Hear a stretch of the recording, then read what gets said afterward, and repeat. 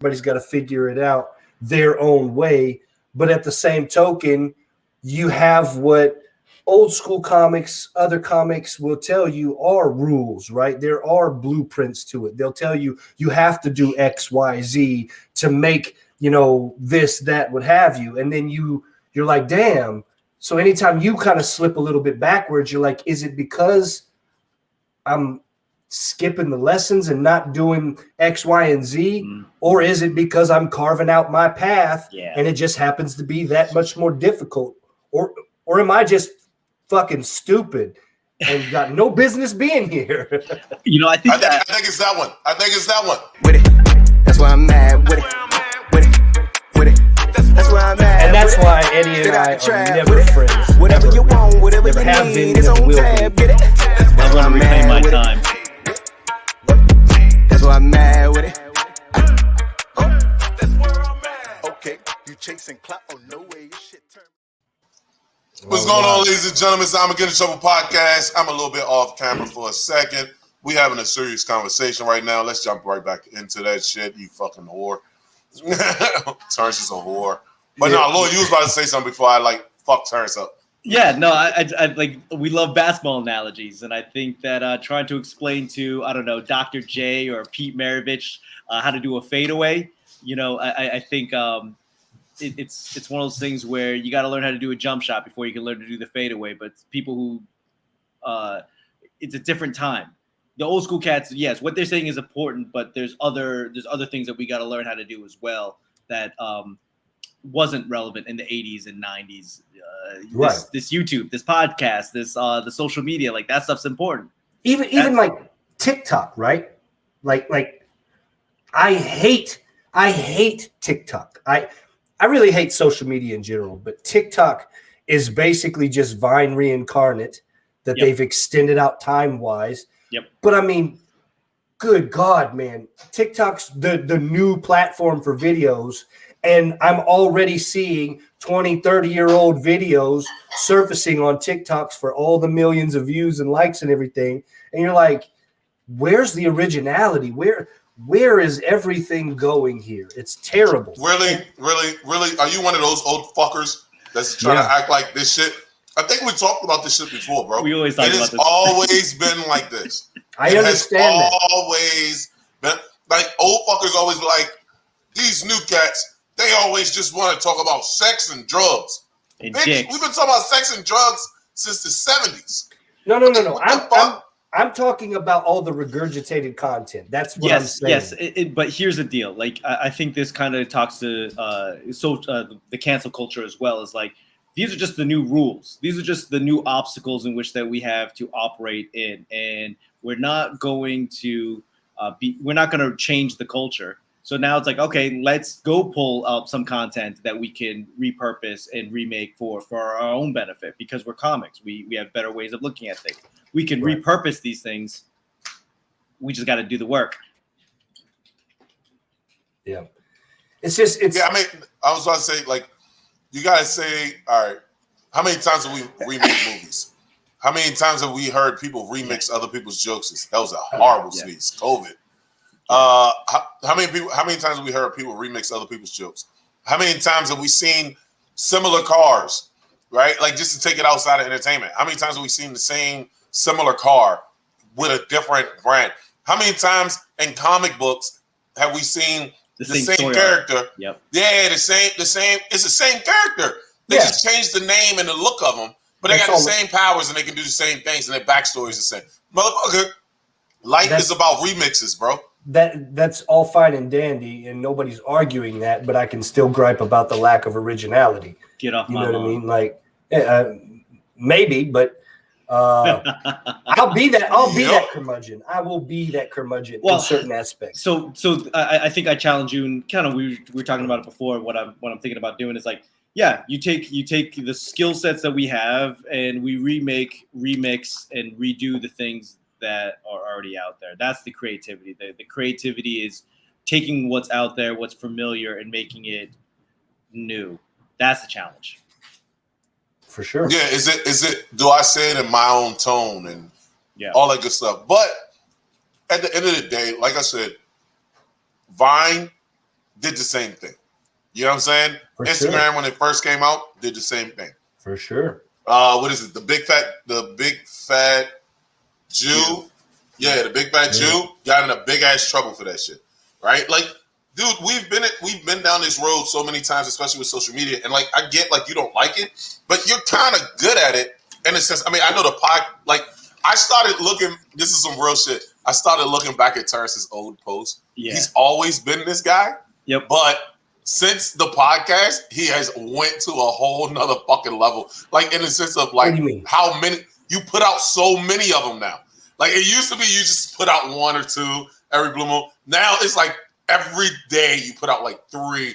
Like Joyce said, should definitely just be like, hey yo, I'm gonna get in trouble podcast. Y'all should have known that's what's gonna happen, bitch. Like yo, what the fuck? You just say wild shit online, bro. You said a lot of wild shit online, bro. But kind of like you said, I don't think it's been a whole new level. I feel like I'm unlocking levels of my manhood, is what I was telling my lady the other day. In that I feel, let me explain. Yeah, please. I feel as though a new level of manhood. You gained an inch on your dick? Is that what happened? You gained a new inch? You found your screen? I absolutely I'm up to 3 inches. I've got a big old. You know your stroke count now? Stroke count now? Like, bitch, look, every 27 strokes, I gotta jump off. 11. 22 and a quarter, which is up from 20. So I'll take that. But anyways, no, I was saying that like,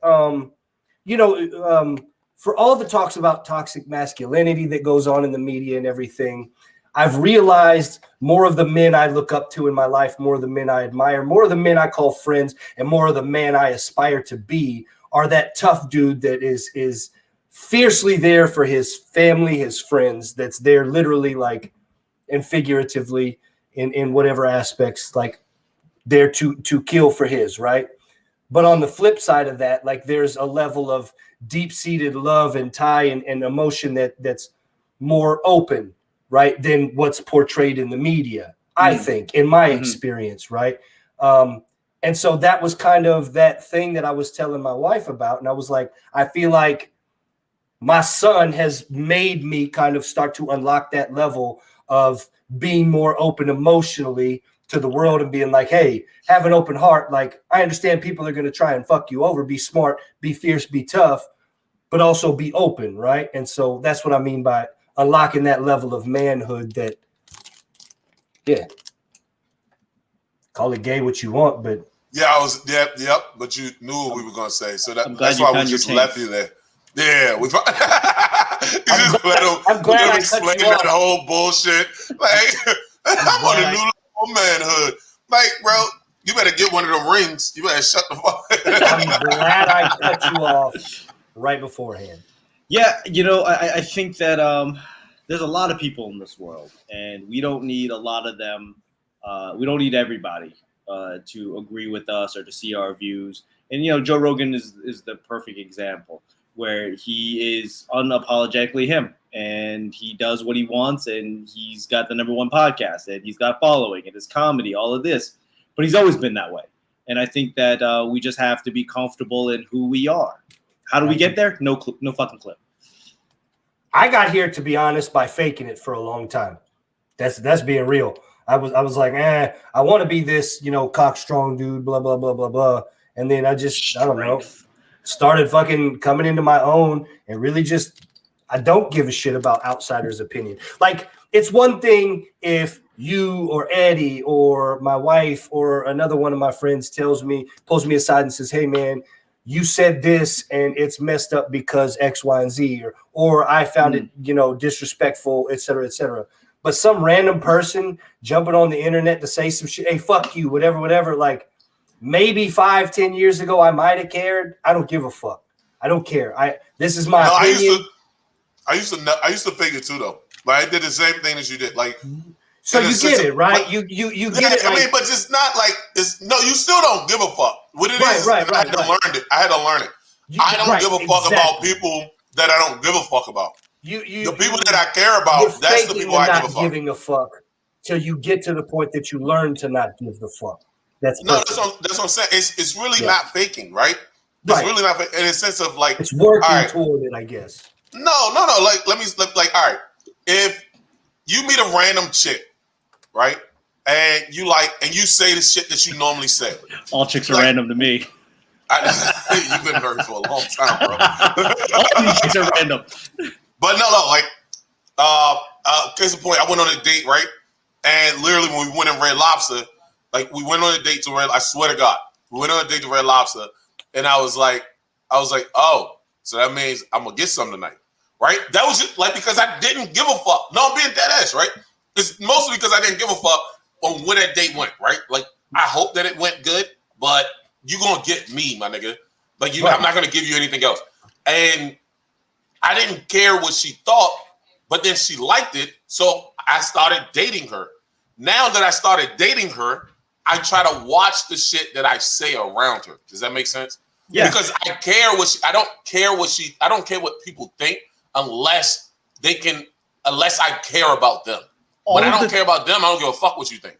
All of the things that you do to pick up a chick are all the things you're not supposed to do when you actually are in a relationship with said chick.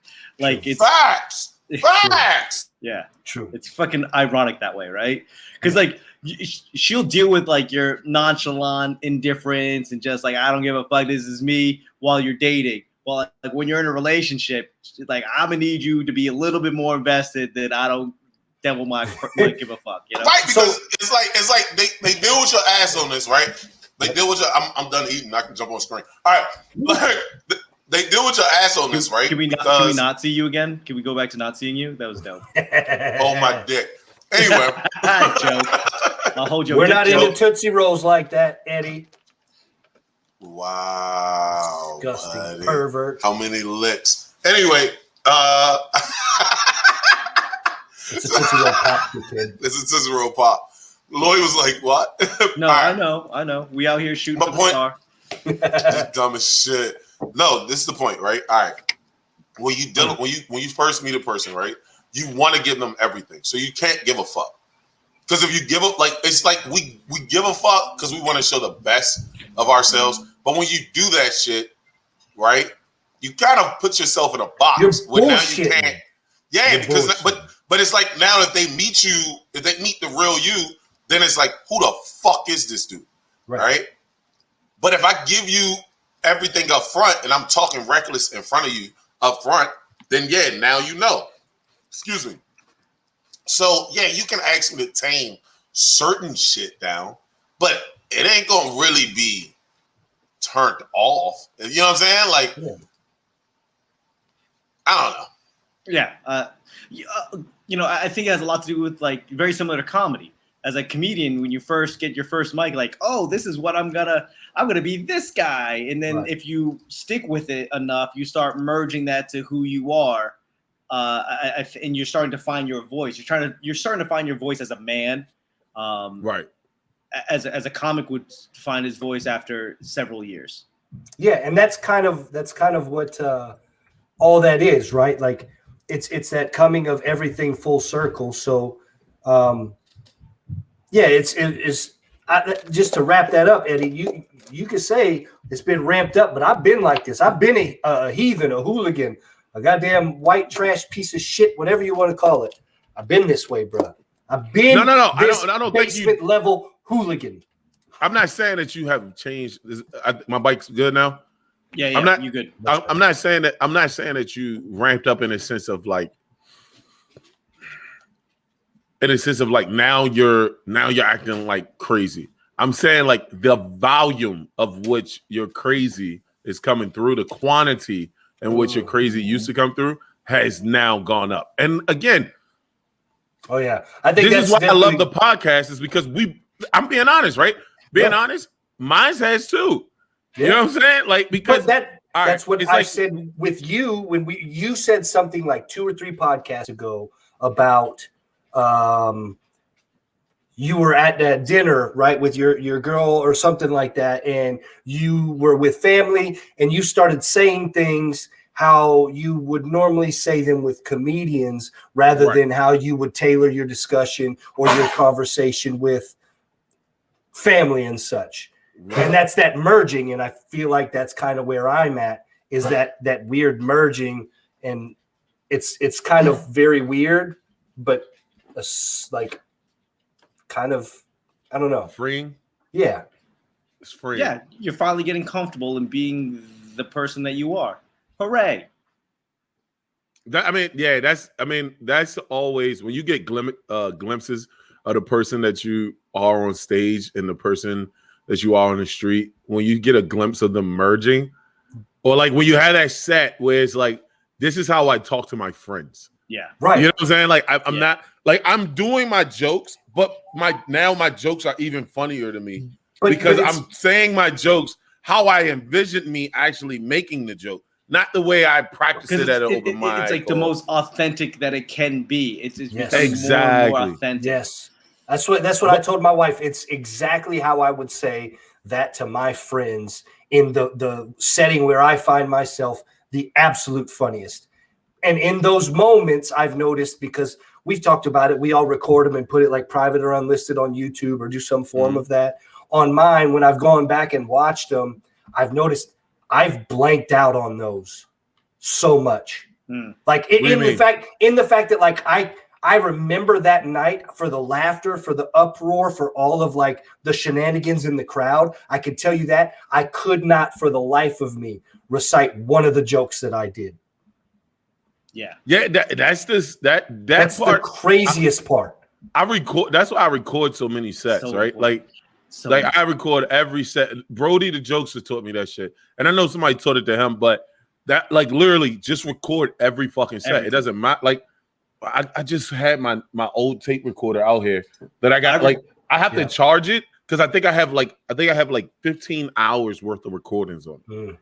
I lost one of my old ones. I don't think people understand how important it is to both record every set and watch every set. It's if you can get a tape in, you got to. You put it on your camera. They're like, put it on your cell phone. Like, you're gonna tell me that you don't have a cell phone that can record the video of it? And you can get those little stands so cheap nowadays. Mm-hmm. Yeah, I mean, Simone. You know who Simone? I can't say his last name. Schiffer. We don't say his last name. Yeah, Simone. One name.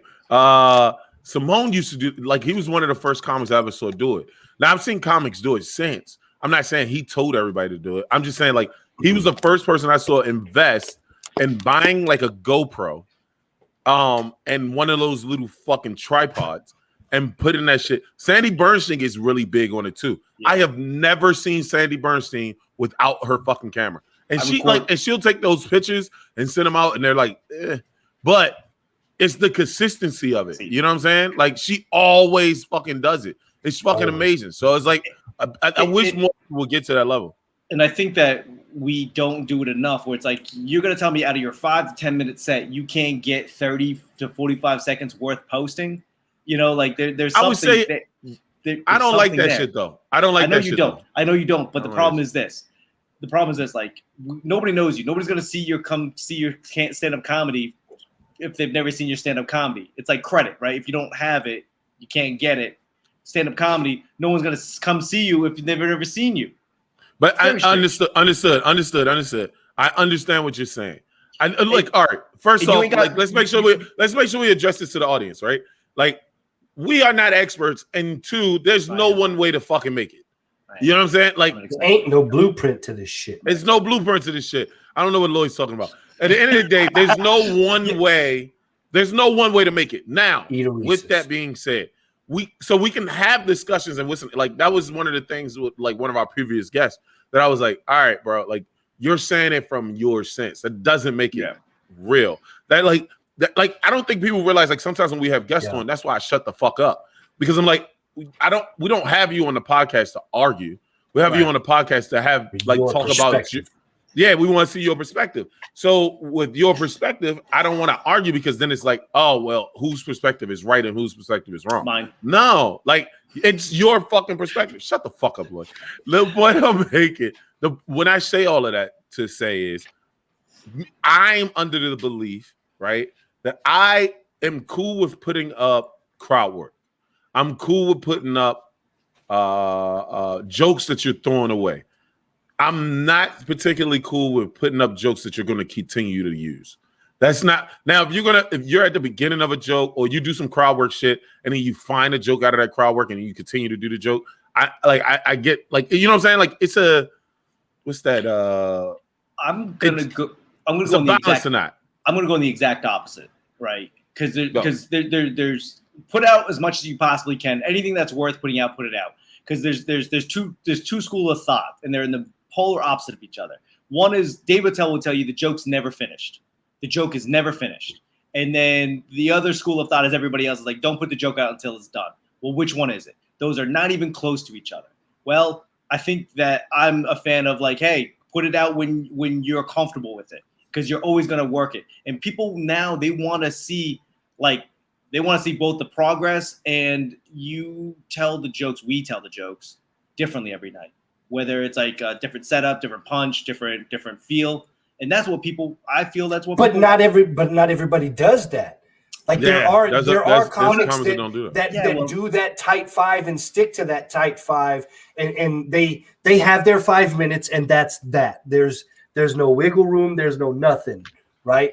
And they're still funny. They're just funny in that way. I think. Okay, first off, we don't do this a lot, but I definitely want to address this comment because I think it's a really good comment from Jeremy Blair. Shout out Jeremy.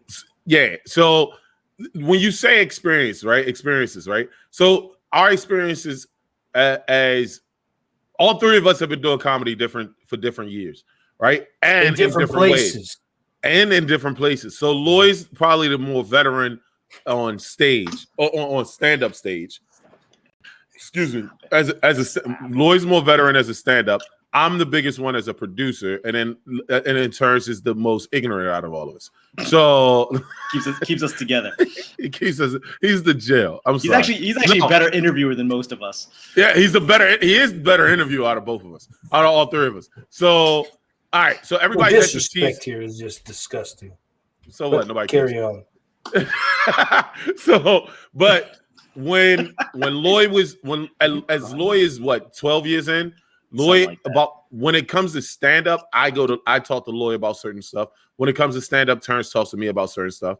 And then you get 2-year comics or 1-year comics who go to all of us. And then we have to bow down to everybody that's like 20 years in, right? Like every couple years that you are in comedy, right? Like things just change and you become more what is it? What's the word?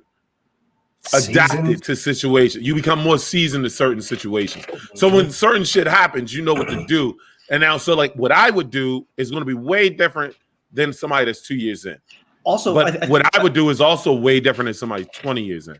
You know, I think that we have to look back, I don't want to say down, look towards the younger comics as well, because they're understanding the landscape of things. We understand the landscape of comedy and how to joke and that, or maybe how to get booked or whatever it might be.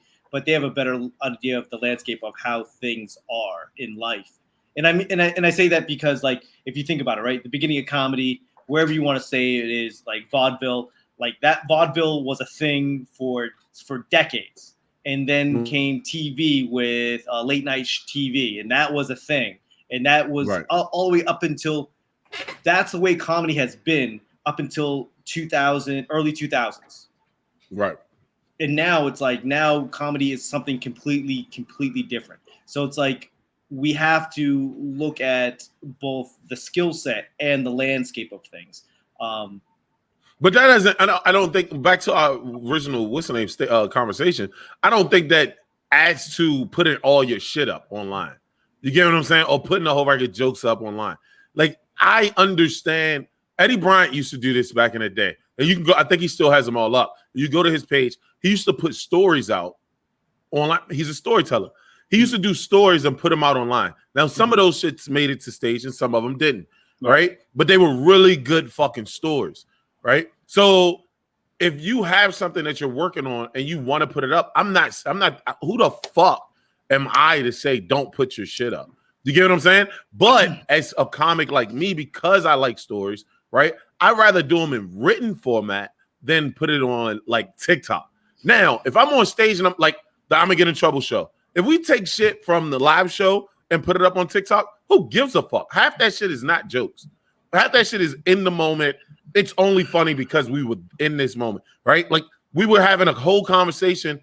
I think like 10 minutes of the whole fucking show last 2 weeks ago was me talking to a Tinder date, right? Like I'm never gonna put that shit on stage. Yeah, you know what I'm saying? Like I'm never gonna put that in my set. Do you feel what I'm saying? But I can write a story about my life because I might not want to put it on stage yet, or I might not want to put it on stage at all. I'm a huge fan of Bill Burr. I've been a big fan. Like Bill Burr is one of the reasons why I got into comedy. Right? It was like one of the not relevant, but I'm a huge big Bill Burr fan. And if you look at his comedy and his late night appearances, he does a lot of his jokes in story form on the couch, and then you'll see it again in his stand-up. And I think that is just because when he was coming up, it was late night. That's how they did it. That's exactly how they did it. But also that was the landscape of things. Now it's like, what is our late night venue? What is our late night show outlet? And I think it's the internet. It's TikTok. Here's a quick blurb. It might not be perfect, but here's the thing. And then you perfect but it's not. the thing. It's not. And the only reason why I say it's not is because when you do it on TV, now a lot of the TV guys have now started to move it online, and you started seeing that comics don't do it anymore. Like, and like, because actually, who was talking about that shit? Whatever. One of Burr's friends was actually talking about that exact situation, right? Or one of the podcasting friends. In the sense of now that the late night shows have started putting these sets on YouTube, they stop using the stuff that they talk about on late night in their specials. Not on stage. I'm not talking about the late night show set. I'm talking about he talks about it while he's sitting on the couch. Yeah, like when he goes to Conan and all that stuff. Yeah, that's what I'm talking about. That's what I'm talking about. Not the late night set. Like, oh, this is I'm talking about late night talk show. I'm talking about late night talk show and stuff. Like if you go and look up Jimmy Fallon or fucking whatever the other guy is, all their shits are online. They're on YouTube now. They cut the interviews and put them on YouTube. So a lot of comics have stopped doing jokes or story jokes that they do on them and putting them on their specials because it's already out in the hemisphere. That's all I'm saying. Yeah, and that actually solidifies my point. Like Bill Burr does it that way because that was the way that he did it coming up. And now it's the landscape of things have changed. So we don't do that. People don't do it now because the landscape has changed. So why would you put up your stuff? Is what I'm saying. I'm doing it because that's what's expected. I think. What you have a special out now, right? All right. This is okay. This is what I'm about to say. Comedy album. Yeah, I have a comedy. You have a comedy album out, right? All right. So if you're a comic who's already putting out albums, I think that's more or less something that you do, like the Andrew Schultz thing, because that's like, let's just be honest about it. A lot of people are doing it right now because of Andrew Schultz, because how he blew up. That's literally how he blew up. But the kicker is that you're only taking part of it. Andrew Schultz taped a full special and then put out clips from that special and then released the entire special. What comics, hold on. What comics now are doing are putting out material that they're still working on and putting it online. And because nobody has really gotten in trouble yet, that's like, dude, you're literally, in my opinion, I could be all the way wrong. In my opinion, you're listen, you're putting your head inside the lion's mouth, and then you're gonna be surprised when that bitch finally bites you. Like that's all I'm saying. And the reason why I'm so cavalier about it is because I'm not confident in myself, but more so that I'm confident that these jokes aren't my tent poles. Like I know that my jokes will be changing. Like I'm writing new jokes. I'm always trying new ways to in and out. Like, and I think that. But how do you know that joke is going to be done? That's my point. The joke is you never got people done. that do that's the thing. Right, that's my point. So what are you going to do? Are you pulling from the Jerry? What's his name? Jerry Seinfeld class? I was about to say I disagree. He'll put He'll put a joke up on a special and then do it on the next special, like because he got better. The joke is definitely done at your first special. That's when if you it's put on it a on special, you should be done with that joke. It should be burned. Like you can feel that a joke could get better and do it on live shows, but you can't put that on a special. I was gonna say you could do live shows, but I would never put it on another special ever. Yeah, but people do that. And I know they think do. Is it worth another? Listen, I'm not gonna go. I only have one album out, so I can't. And I self-produced it, so I can't speak on the next one or the next one or the next one. But the thing is, like, people, and you are a producer, so you understand. Like, people aren't going to gamble on a name they're not familiar with, right? True. If I've never seen you do stand-up, I'm not gonna pay you to see you do stand-up. But it's like you give them little bits, like Andrew Schultz didn't.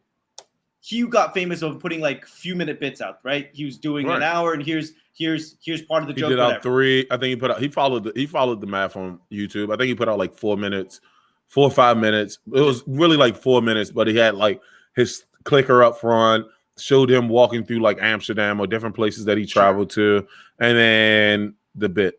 I think what I'm ultimately trying to say is do what's comfortable for you. You know, especially if you're coming up, like, think about how to write a joke that will hit the algorithm, because you're never going to get famous through the old school way of like, oh, let's just let the comedy clubs decide. Like, we've seen that that's not how that's going to work anymore.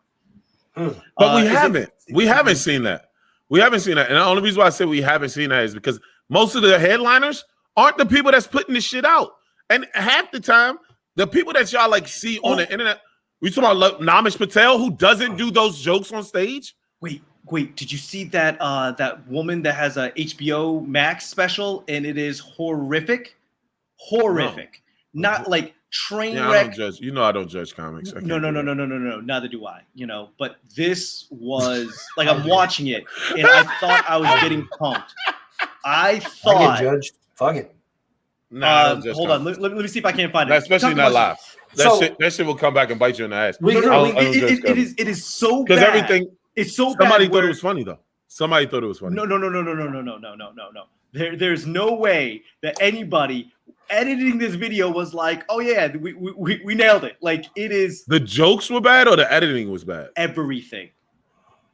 Yeah, you guys send me that. But I still won't say it was bad or good. The point I'm making, the only point that I'm making though, is your headliners that travel, you don't see their fucking clips out on shit that they're doing now. You see their clips out, on specials that they already released. Finished. And then they already finished sets. Now, the joke you can keep going on the road and traveling with that joke, and the joke gets better. That's perfectly fine. You just put that shit on stage. You don't put it on another special. Okay. You get what I'm saying? That's the only thing I'm saying to you. So like, so this is what I'm saying, right? If you give away your punchline, when we do the DMV Comedy Showcase, right, and we tape, one of the biggest things that I talked to Michael Walcott about is making sure that we do not touch anybody's punchlines.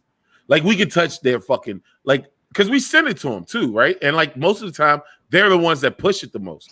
But you know what I'm saying? Like, we'll touch something like the lead-in joke, right, to the beginning of the premise, right? The throwaway joke that you just threw there just to fill time, right? We'll do those shits. But you don't touch with somebody's work, the punchline that somebody's working on. A lot of these new comics are literally doing jokes punchline and then going on stage and then running the punchline. So and then thinking like people are going to laugh. You just got seen by 50,000 people. You don't even know 50,000 people, motherfucker.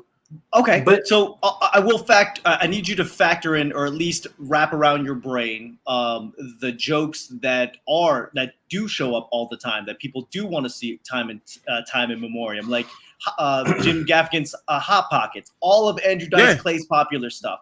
Yeah, there's definitely a market. But you don't do it on the machine. Yeah, there's never, the rule is never guaranteed, right? Like, for anybody, if you come up with a rule in your head right now, right, for anything in life, that doesn't mean that every time this particular thing, blackjack, we both play poker, right? I mean, blackjack, we both play blackjack. I said, right? Mix the card games. Apparently we don't. Stupid. But we both play poker, right? And blackjack. Yeah. All right. in blackjack, everybody, the book says, hey, if you hit on 14, you always hit on fucking 14. If you hit on 15, you always hit on 15. Right? That's what R. Kelly whatever does you too. do, whatever you choose to do, right? You always have to choose to do. But every blue moon, you throw it away. Yeah. You get what I'm saying? Like, that's how it works, bro. That's what I'm trying to tell everyone is like, there's exceptions to the rule. That's what I'm saying. There's exceptions to the rule, and there's ways of thinking about it. I'll tell you, you'll tell them, we'll all tell them stuff. But that's ultimately up to them to figure out what it is and how they want to go. That works for them. That's the thing, though. Comedy's morphing, right? Which takes us into the question that was put up here earlier. All right. Is it safe to say that the internet is a platform to weed out the bad jokes prior to introducing them to a set? No. That is not safe. It's a method. You can garner some semblance of attention, but it's not a catch-all because look at the algorithms, man. Everything's 3-4 days behind. Some people ain't seeing shit. Sometimes your topic might be a little too controversial, and people don't want to like that because grandma could see whatever they like. They're not going to. So unless context is everything too, bro. Context is absolutely everything. A huge fan base, anyways, that's going to give you feedback where all of your stuff gets views, and not even just views. Fuck the views. Feedback, actual comments. Hey, that's not funny. Hey, that's hilarious. Whatever. Unless you actually have something that can give you an actual feedback on the joke, probably not the best way. And even then, it's still not going to be the same delivery when you're on stage doing it live. And I think that's my point. Is like, unless you do that 5-minute tight, it's exactly the same word for word sing along, which is fine. But that's not me. Like that's not most of us. I think that even if you knew all of the jokes that I'm going to tell you, it's going to be a different experience every time you hear it because it's a different conversation. And that's for me. That's kind of what I wanted to say, right? Is with everything that you guys are talking about, and then even within this question, is like the lessons we learn are the lessons we learn, but that's not the lessons we all learn. Right. So what's true for me might not be true for you because it's just different that way. Because the way I look isn't the way Eddie looks. So the way people accept me or don't accept me is going to be different than the way they accept or don't accept Eddie, the way they accept or don't accept Loy. It's all everything. It's timing, it's place, what you wore, what your first joke is, like all of that. It's what happened. How you walking on stage? Who was in front of you? Everything. Like everything. How were you introduced? I got the movie killed one night because in the height of things in an all black room, they said I was a Trump supporter. Give it up, and it just killed. The joke didn't come through. No, not at all. Not at all. Man. I couldn't do anything. Yep. Couldn't do anything. You know how many times I've been on stage and the DJ brings me up to like everyone was kung fu fighting, like that shit fucking annoys me. For real? Which part? That it annoys me, or that it's happened? Which one is it? Which one are you at disbelief? Eddie should have clarified. Yeah. No. So hold on. No. Boy, let me give y'all why backdrop. the hell would you be upset? Jeremy Blair was at I think he was at the show a couple weeks ago. Last week. No. Jeremy's one of my folks. Isn't he? Yeah, he's one of my people. I definitely don't look like Eddie. I don't know Jeremy. Yeah, you wish. You don't know Jeremy, no. Yeah. I don't know Jeremy. Well, he still could wish he was me. So hey, I'm good with it. I'm good with it, baby. Yo, let's get into high topics, bro. Let's get into high topics real quick. So since we're sitting here talking about comedy and comedy morphing, man, and we think that comedy's going a certain direction, there was an article that was posted earlier today from Fox News talking about an author of the book White Fragility. Her name is Robin DiAngelo. Yeah.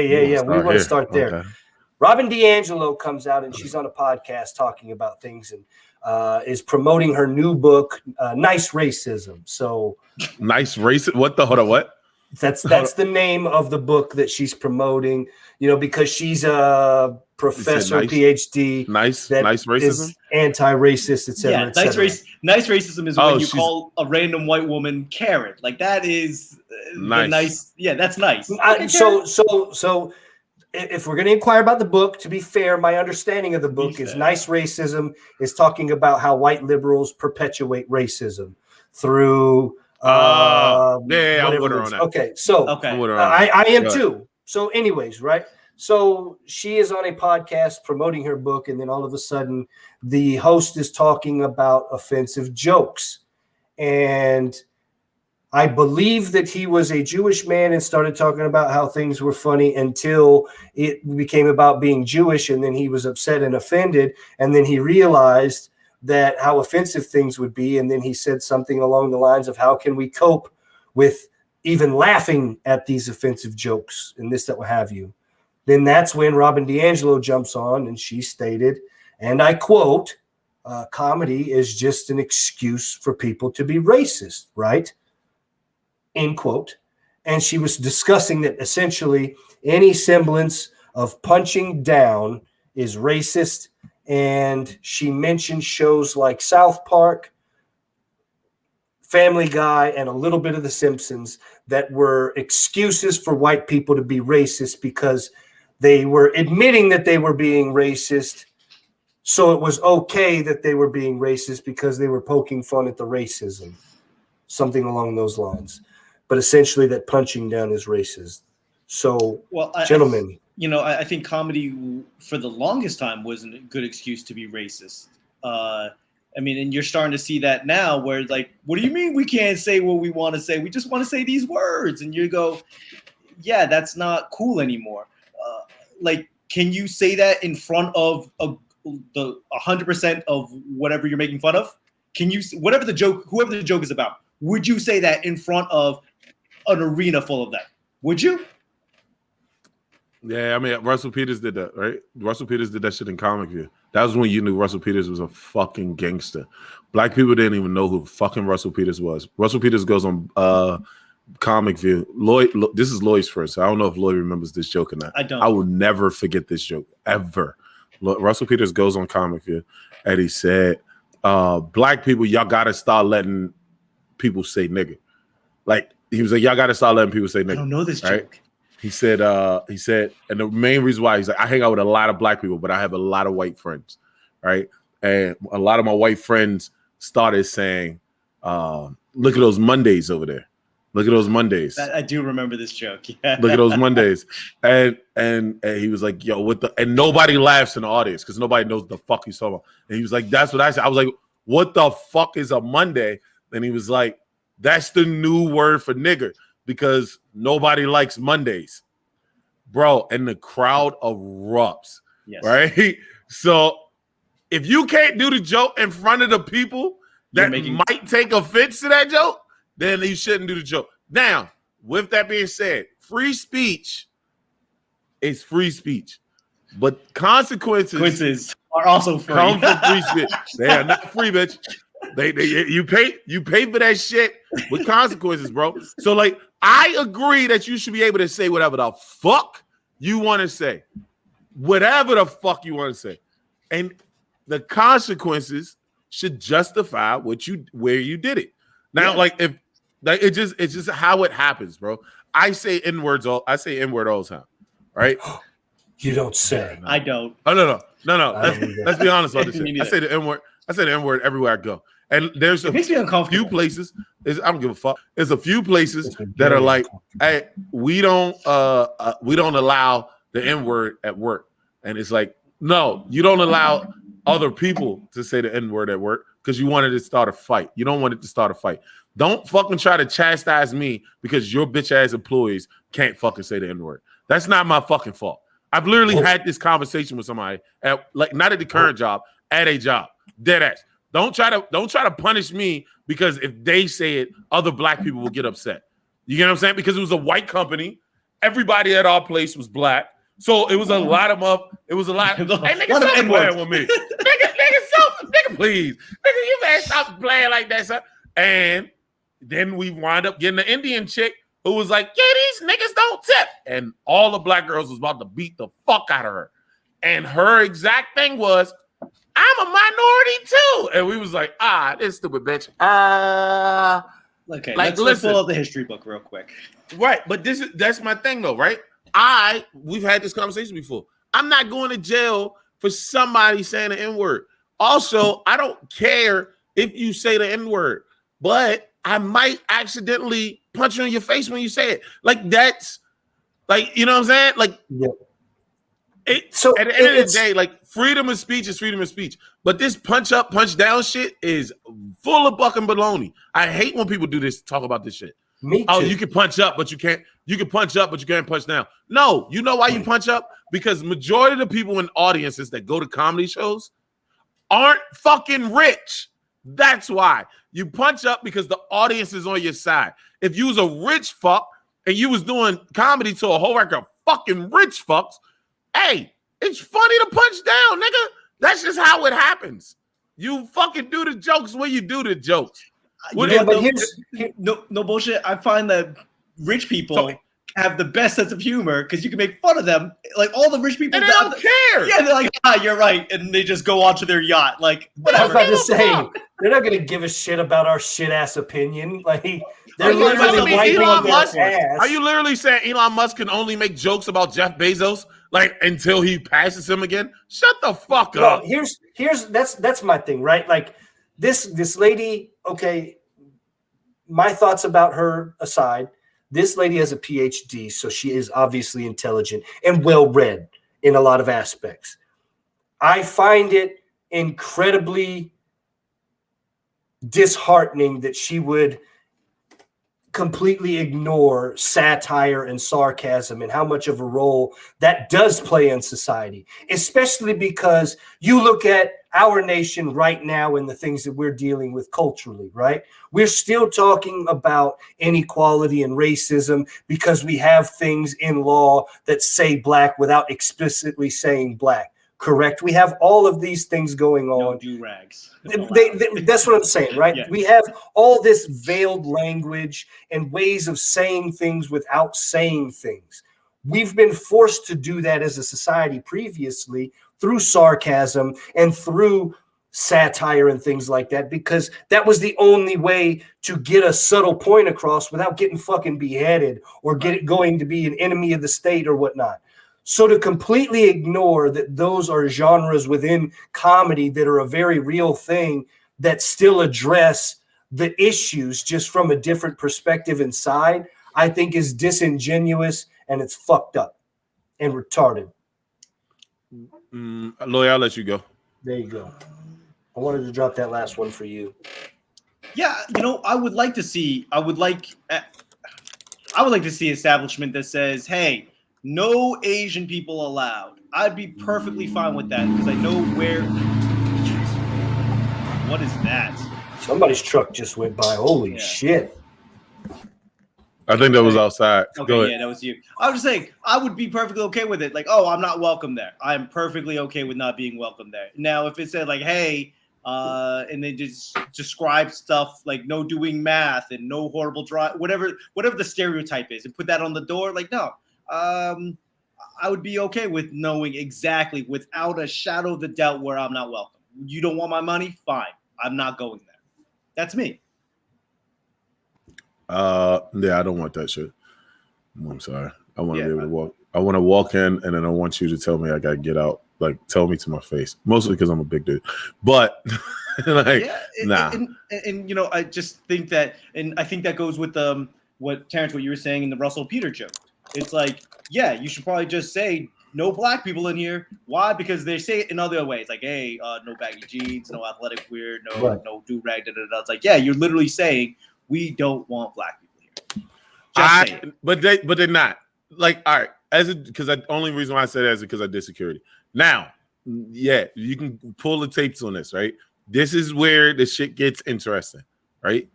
I do know places that are owned by black people that are for black people that also have the same rules. I'm just giving you a heads up. Now, that's just because you're black. No. You can't be anti-black. No, if you want black people in your establishment, Busboys and Pullers doesn't allow you to do certain shit, and that shit is for black people, bro. White people like to come, but that bitch is for black people. Like, let's just be honest. I apologize. I'm just saying. No.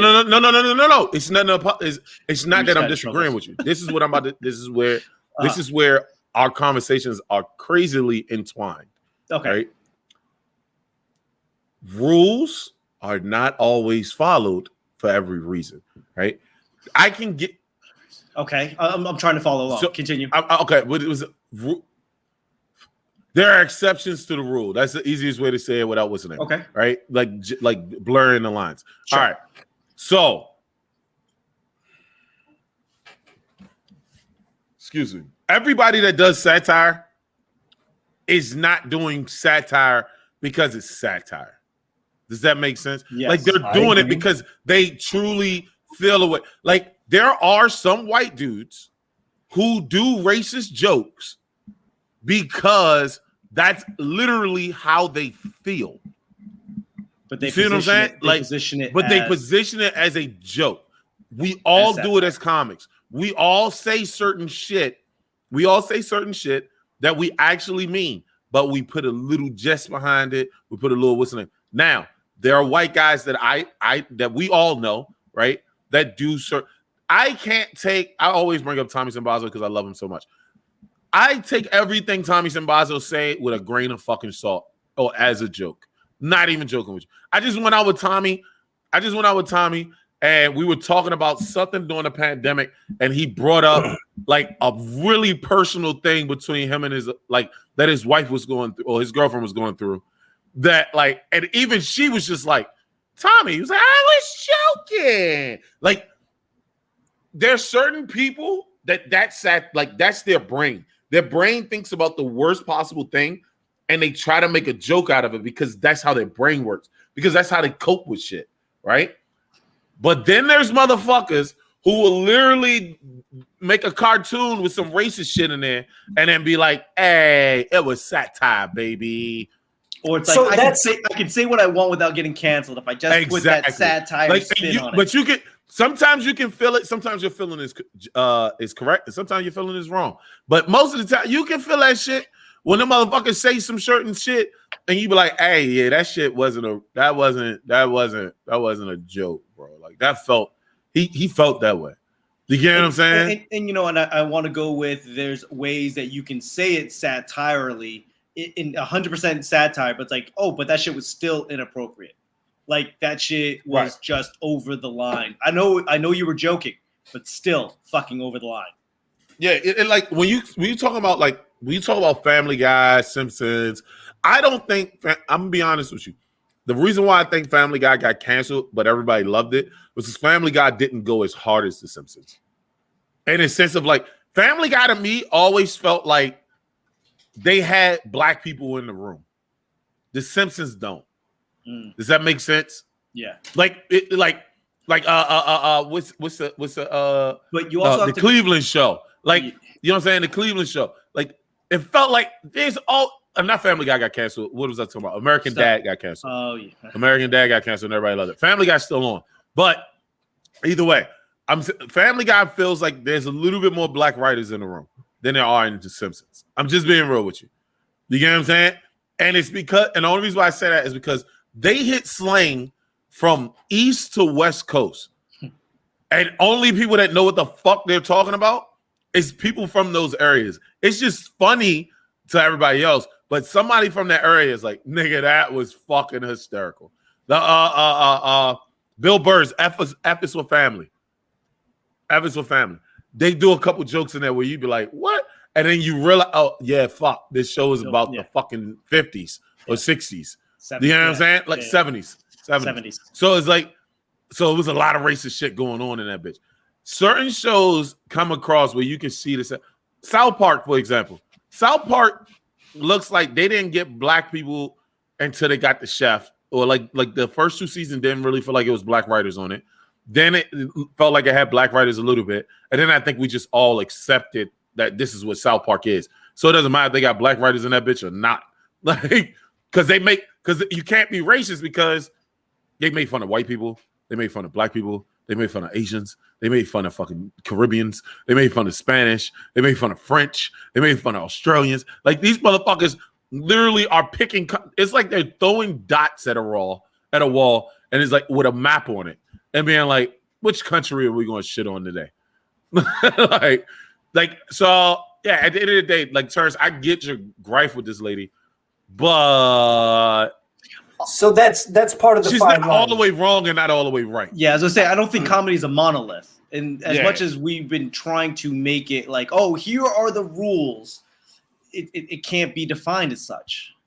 No, and that's why I said I wanted to. I was very careful in my words with it. It said that I found her take very disingenuous, that she didn't even address satire and sarcasm as legitimate forms of comedy, especially when you look at what I think is their contributions to society, i.e. in like the Red Fox times, or we take it to like the Joan Rivers and those types of women that had to go through innuendos or say things a certain way, more veiled than just flat out calling out systems, institutions, organizations, whatever the case might be.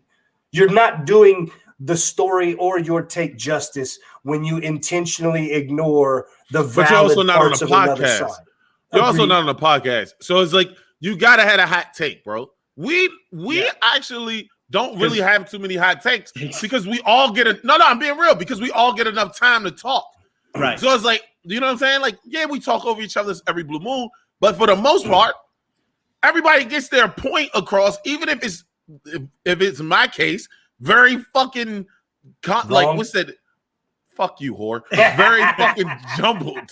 That was jumbled. You know, I think we all have our takes. You know, we have a free form, long form conversation, and all of our takes, they don't have to be hot. We don't have to click like, oh, Loy said something crazy, or Terrance, can you believe what Terrance said? Like, no, our takes are our takes, and we don't make them hot because we have to have clickbait. This is who we are.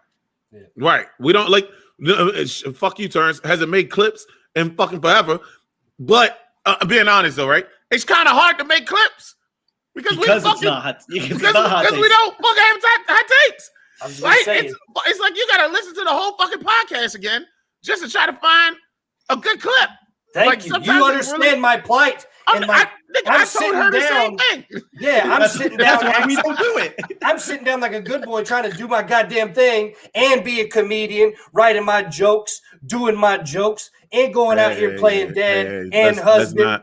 And I got to masturbate. So like, where's all the time for me, man? Like, let's not do the oppression game, bro. Come on, fam. Let's relax. I'll do the oppression game. My life is so hard. I do so much stuff. I'm white. So Eddie, anyway. you know, put some respect on my name. You guys know my comedy, like the way I assume everybody understands the context, and I imply almost all of my jokes. On paper, you go, oh, Loy said this, but it's like, no, like it's literally an Asian guy standing in a room full of white people or black people, whatever it is, and it's like, this is implied. We all understand historical context. We all understand like whatever's going on, and I imply my jokes because I don't have to say, oh, that shit's fucked up. Everyone knows it's fucked up. So it's like satire is so important because you have to be in that room. You have to understand it. On paper, it doesn't work. Yeah, but I think again, right?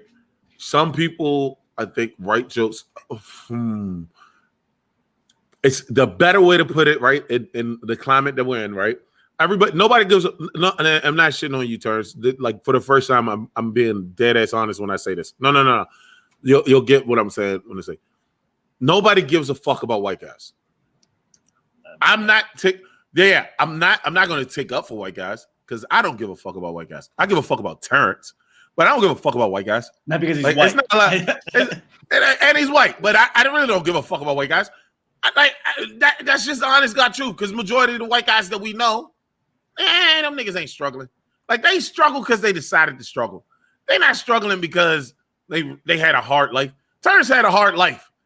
And still is doing, you know what I'm saying, good for his fucking family, right? I don't give a fuck about white guys. Most people that don't know white guys don't give a fuck about white guys. When white guys cry, we're just like, yo, stop being a bitch, nigga. Like, if Terrance cries to me, I would be like, damn, son, really? Do I need to come out to Omaha? Like, what's up? I want to describe this. I want to describe this to the listeners real quick so they get a quick of what's going on in the video. Listeners on audio, just so you can't see on the video, just imagine my white face, but doing what Denzel did in Glory with the single tear down my cheek. That's what's going on right now with me. Yo, that shit was Oh hard. my You know he really did that, right? Lord, You know he did. Lord, You know he really did that, right? That shit was hard. That was when everybody's like, "Denzel is the greatest actor of all time." No. All right. Point I'm making, right? No, I don't give a fuck about white guys. No. I say all that. I know I went long, but I say all that to say is this, right? If anybody did jokes about gay people, we can tell the difference when they say this. All of us can relate to this shit. Even as straight dudes. Now, gay dudes have an even bigger radar on it. That's why anytime I ever touch any joke about gay or straight, I make sure I do it in front of certain gay dudes because I know, like, if I do it wrong, test as well. Yep, yeah. I have my gay if I do it wrong, the motherfucker's gonna pull me to the side and be like, "Hey, man, don't ever fucking do that joke again." But if I do, like, if it's a good joke and it's not, it's satire, or if it's like, "Oh, that's just a funny look on such and such," then I'm like, okay, now I got to try to find where I want to do this joke because I can't do it everywhere. But let me find out where I want to do this joke. But we have all been in a room where somebody has done a joke. The baby just got in trouble for this shit. Where somebody has said something on stage and you was like, oh, that was a little scared of gay dudes. You was a little scared of, you scared of the little penis around you, ain't you, bro? Like that. Like he said, raise your hands if you ain't STD and ain't sucking niggas' dick outside. If you ain't a dude who sucked another dude's dick outside, he was like, raise your hand. And so he got in trouble. And then he came back and he was like, yeah, because like they was like, why would you say that? He was like, man, my fans ain't no nasty ass fuck boys out here. And like people was like, oh fuck, like double down. He was doubled down on that bitch. Now, I know that he was trying to probably make a joke, but how your joke came across came very, hey, I'm scared of dudes that fuck other dudes. I'm a little terrified of those guys. That's how your joke came across. So you get what I'm saying? That's that crux of my type of comedy, right? Like me in general. I think I told you guys like a couple of weeks ago. One of my issues in general is that I realized I talk to people the way I talk to friends in that I talk shit. Yep. And I talk shit to everybody because I bring everybody into my circle that way. It's like, and plus that's kind of my way of upfront vetting people. If you take yourself too serious, I don't fuck with you. It's just kind of my nature because I'm not on the same wavelength, man. If you I can't get jiggy with that shit. I really can't get jiggy with any of that shit. And so when it comes to like the talking like how Tommy Simbazo is, the coping mechanisms and all this, I don't like when people assume intent behind the joke. That's part of where some of that comes in. Now, I'm also not foolish enough to not understand there's nuance and not understand there is levels of disrespect that's veiled with that LOL texted after the disrespectful text. Mm-hmm. I know that, but there's that fine line of doing that, and that's the crux of like where I sit in comedy is riding that line because it's just how I cope and what I do, while also not. There's like an old video that's probably like 8-9 years old now from Jay Smooth, and he's like saying we're having the wrong conversation about racism. The thing that we did was racist. Doesn't make the person racist, but yet we're getting muddled like, oh, you said some racist shit, that makes you a racist. Like, no, maybe I just some uninformed shit. But yet we want to throw the baby out with the bathwater, and it doesn't leave room for a two-way conversation. Like, if you did a joke about Asian people or whatever, like, hey, that shit is out of bounds. Like, that doesn't make you racist unless you double down and go, oh, no, totally. I'm still doing this joke. Like, okay, then maybe you are a fucked up person. But like, Eddie, you've made jokes or in conversation, like, hey, I pull you aside. I don't publicly embarrass you, but hey, you might want to rethink how you position these things. And you go, bet, didn't know that. Doesn't make you a racist. It makes you now. Yeah, I ask you more questions about this shit because I'm like what you sometimes get mad on, but I'm like, no, I don't. I really want to understand why the fuck I can't say this, bro. Like I've been saying this for life. You gotta tell me why I can't say it. And there's a difference between our conversations because I know you're like, I'm not gonna say it, but I want to know what it is. Versus like, oh no, I'm gonna say it until you prove me otherwise, which is a very, very common conversation. What do you mean I can't say the N-word? I'm going to until you tell me I can't. I'm not defending those dudes. Like there's But there's a nuance. There's a nuance to even. Yeah, but that's it's people. Even with what she's saying, bro. We all have seen them. We might not have picked up on it. We might not have but we've all seen these motherfuckers who do these fuck ass jokes. Yeah. And you're like, yo, who the fuck is this dude? I can't. Why do you think disagree. you have never? So you're telling me you have never seen, dude? No. You didn't hear me. No, we all down, three of us have done. Eddie, slow down. You misheard me. I said I can't fully disagree with you. Oh, okay. Woo, okay. There we go. I know. I'm just saying. It's that really shitty line that it's like. I know that's where I go because my mind goes to the dark places and then I flip it. That's how I cope. That's how I deal. That's where my mind is. That's where I am in conversation. And that's that marrying up and finding your voice. And so that's why I say to assign ill intent to it without knowing for certain is just as problematic. I'm not smart enough to understand how to bridge that gap because it's not like it's just easy for people to go up and be like, hey, bro, I think there was ill intent behind that joke. Because it's, even if there was, it is that easy for me. Like, I'd say it. I don't give a shit. But I'm saying I understand other people wouldn't. So I don't know how to bridge that gap, but there is a gap. You know what I mean? I'm about to show you. If I say Terrance, shut the fuck up. All right. Now, when I said it just like that, do you think I'm joking or do you think I'm serious? I know you ain't serious because you would never speak to me that way. Because you know I'll slap your mouth. I'll slap it open palm like this. You're 1,000 miles away from me, motherfucker. I will fly out there to slap your mouth, young man. I will pay for the ticket, nigga. I will pay for the ticket. Bet. Send me the Do receipt. not bring me into this conversation. The point, no, sit your ass down. Is the point I'm making is that gonna have to be the next I'm gonna get in trouble? I'm getting in trouble live podcast. You just gonna walk in, and smack me. And he's gonna be late. Royal Rumble He's on at that my bitch. house. Listen, no. Okay, so the point I'm making, right? You can tell what somebody meant by I'm sorry. You can't tell what somebody meant by just listening to them or just seeing them say. Right. It's based off of how you feel.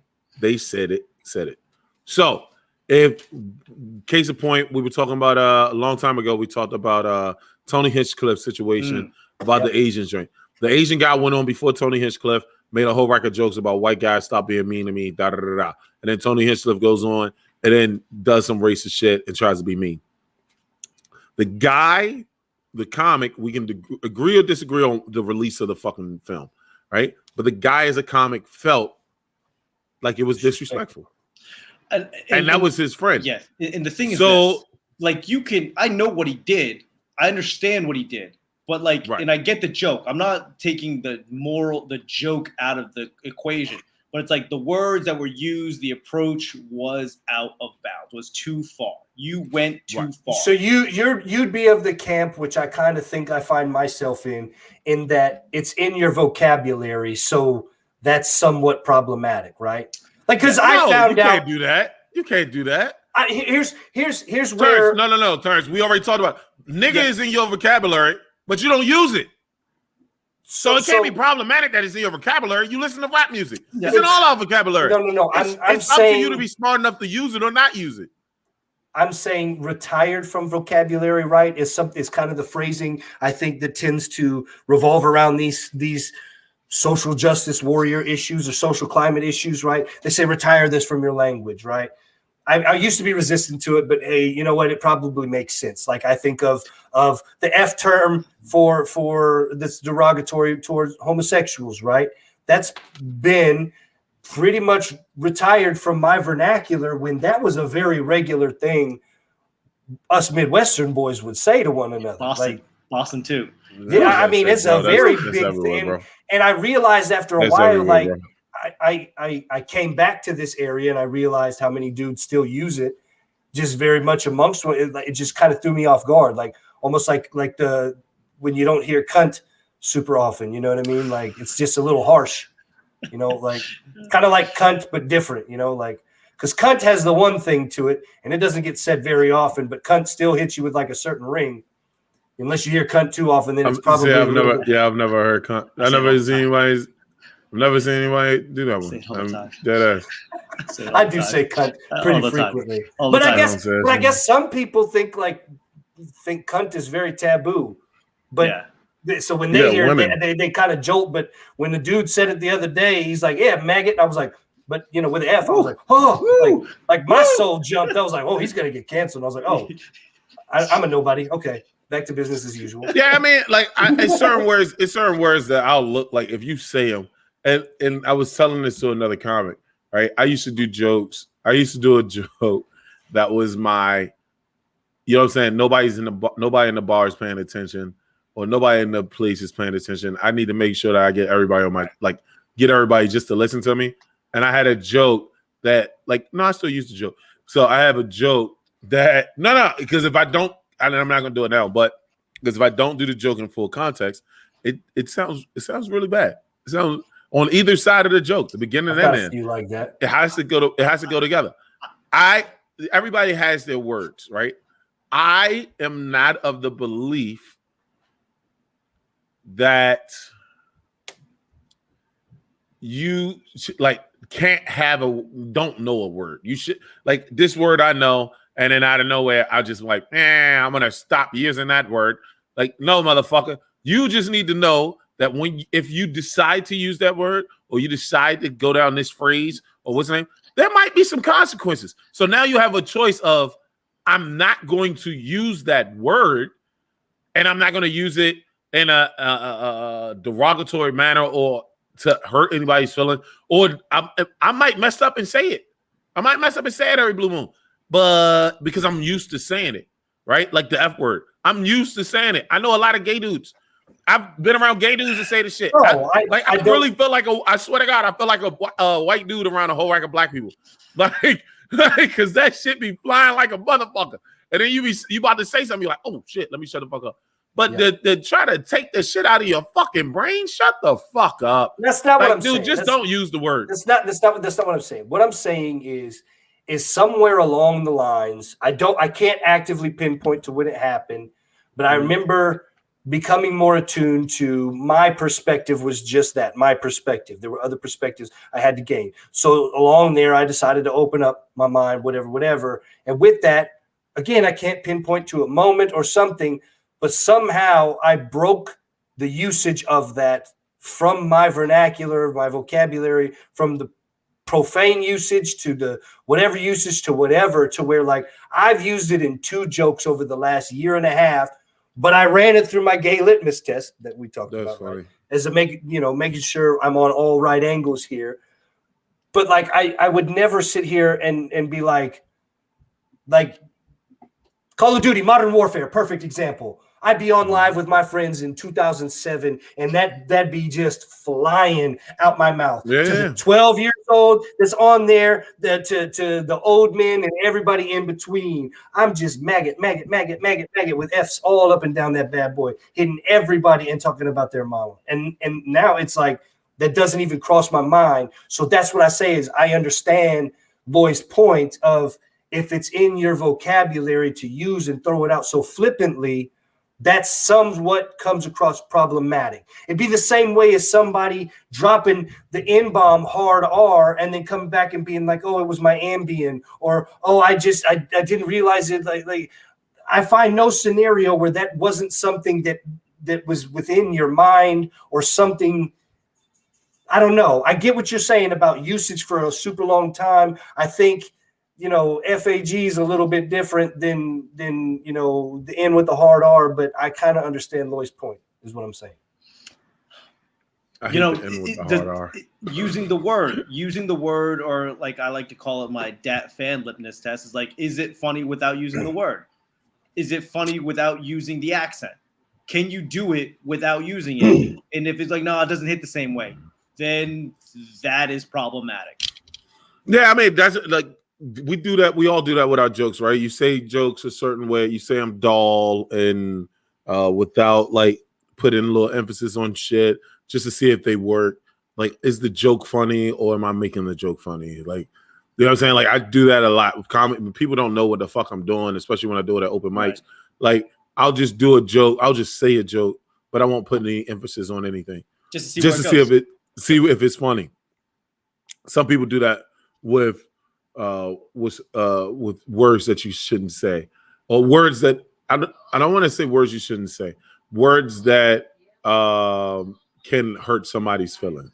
You know what I'm saying? Or hurt somebody. But with that shit, at the end of the day, I feel like to sum it all up, I think that young lady was about that book. Yeah, she's generalizing way too hard, and they probably pulled that fucking what's the name bullshit just to try to get some clicks, but she ain't all the way wrong. It is, Seth. It is. It's very serious. We serious out here, son. We put our thinking caps on tonight a little bit. We were talking about how nobody gives a fuck about white people and their feelings.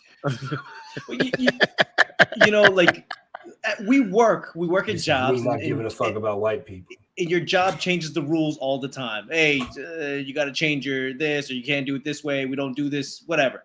And it's like, we're fine with it. But when it comes to comedy, it's like, what do you mean? You're taking away all of my stuff. And you're like, well, then you need to go figure out how to fucking do more shit. Like do your shit differently. But yeah, it's I don't know. Change. No, I think Cat Williams did that shit, right? Oh, He was saying like, yo, like we're writers, we're artists, right? We don't have to say that word. If they say don't say that word, all right, just find another way to get the joke across. And if you can't, then you should have came up with another fucking joke.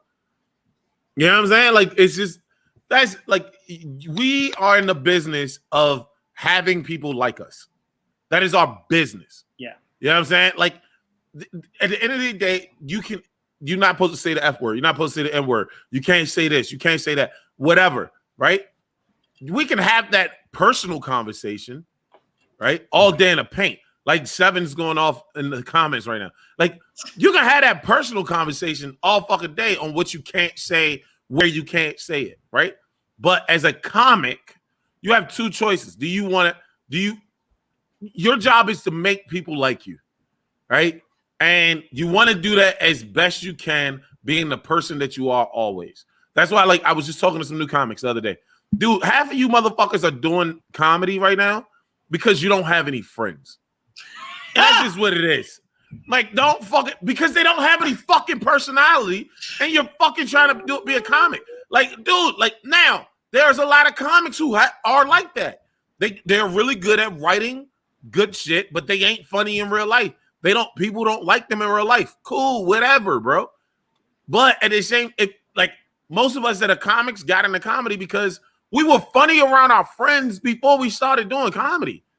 Do you feel what I'm saying? So at the end of the day, like I want to be me, but my job as being me is to make as many people as possible like me.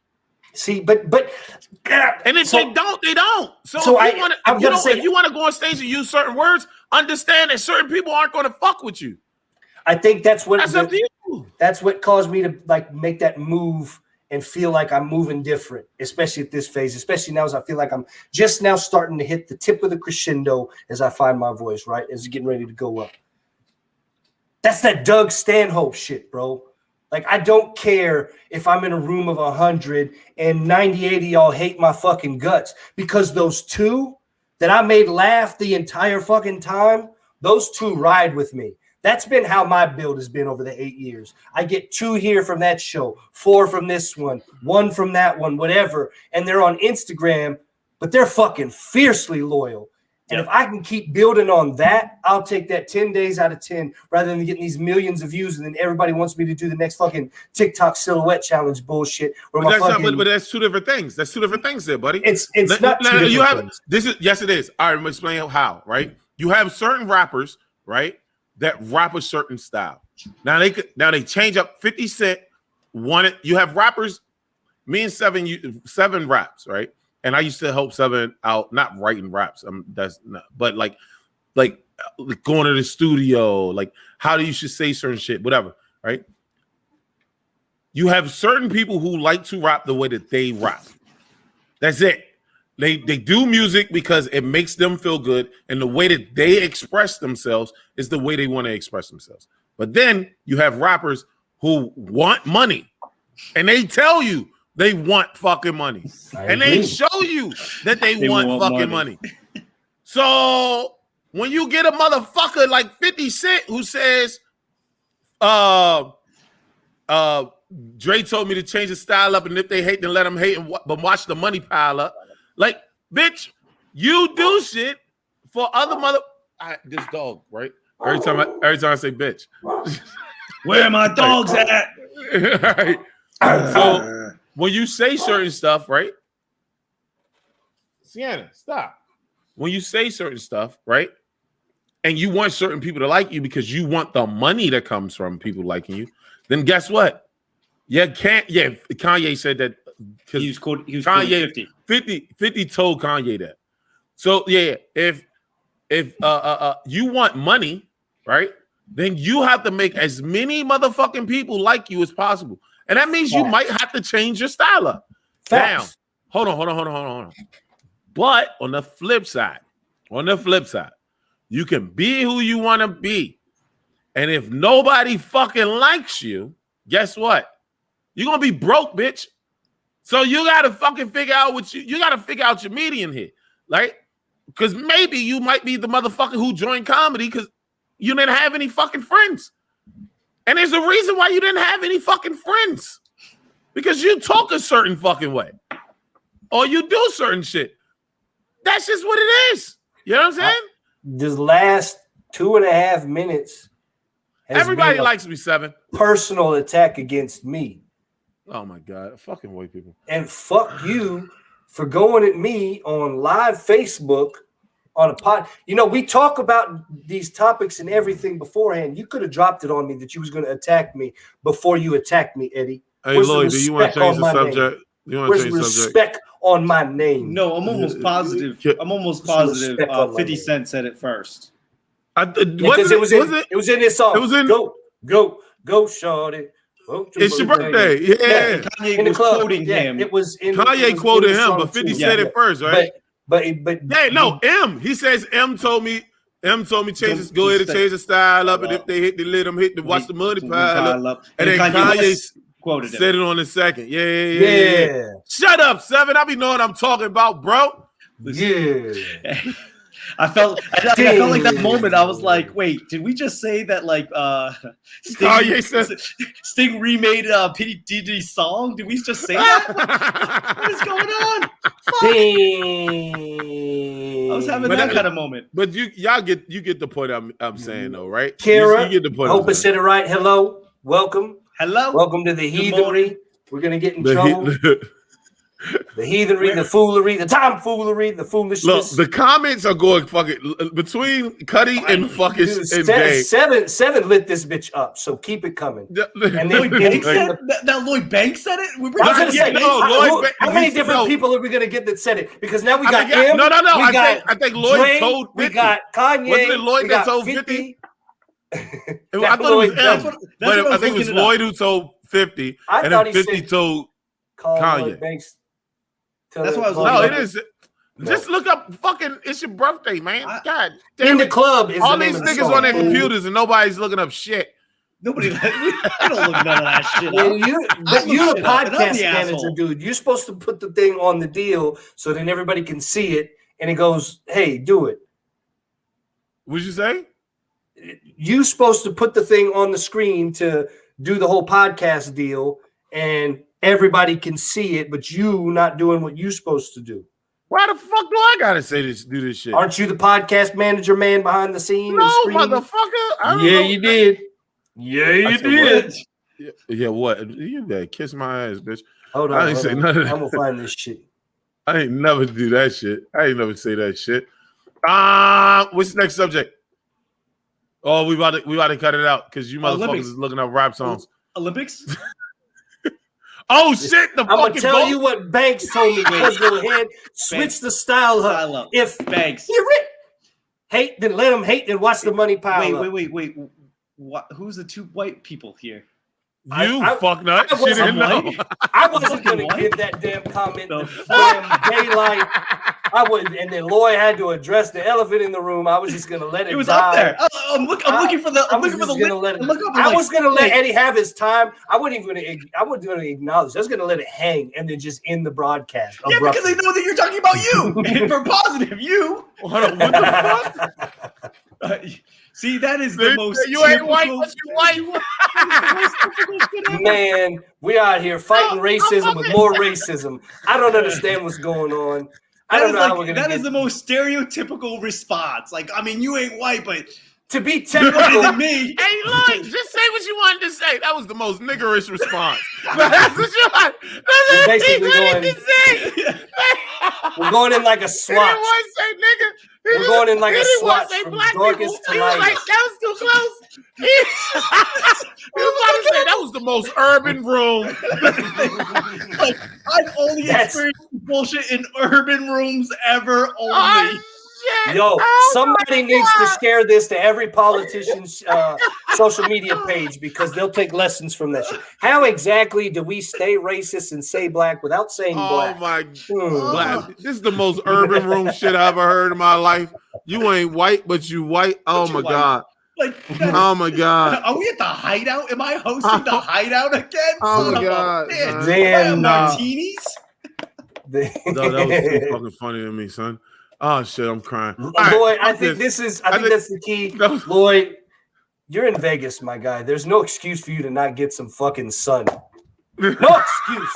Get a goddamn tan, cancer, sir. I don't know if you know. Get some of that vitamin D, bitch. And I ain't talking about the dick. Get some vitamin D. Oh my God, Terrance always gotta go back to the dick shit. Yo, I said I ain't talking dick. Vitamin D. I ain't saying the dick. Stay in trouble. We out of here. That's why I'm mad with it. That's why I'm mad with it. Straight out the trap with it. Whatever you want, whatever you need, it's on tab. Get it? That's why I'm mad with it. That's why I'm mad with it.